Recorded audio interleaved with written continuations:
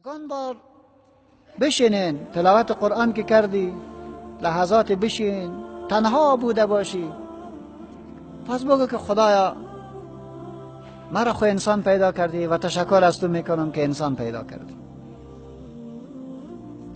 مرا مسلمان پیدا کردی یا الله، تشکر از تو میکنم که مرا مسلمان پیدا کردی.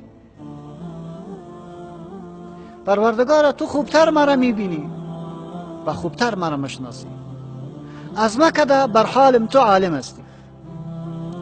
خدایا او چیزی که من توان تحملش ندارم، پروردگار مرا با او امتحان نکو. خدایا یکی از او چیزایی که سبب انحراف و سستی و مشکل می شود همین ضعف اقتصادی ما است. یا الله مرا به این امتحان نکو. خدایا از تو رزق وسیع می خواهم، خدایا از تو خلاصی و روان کار خودم می خواهم، از تو یا الله برکت در کار خود می خواهم. بیده تنها به الله بشینین و به الله تان مراجعه بکنین و بار بار بگن که خدایا تو ذاتی هستی که در زیر زمین به کرم نان میدی، تو ذاتی هستی که در پرنده ها در آسمان میگردد هیچ کس برش ذخیره جور نکرده، یا الله به او رزق میدی.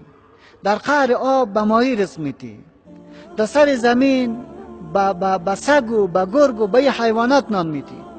بخو اشرفترین مخلوقات هستم، من نان نمیدی؟ قطعا مرا نان میدی، ولی خدایا مرا به ضعف به فقر ابتلا نکن. اللهم اینی اعوذ بک من الفقر، خدایا به تو پناه میگیرم از اینکه فقیر باشم، درمانده باشم. الله اصرار بکنین، از الله کمک بخواین، بعد اعتماد به الله بکن. آنچه که برای تو داده شده است در او خیرت است.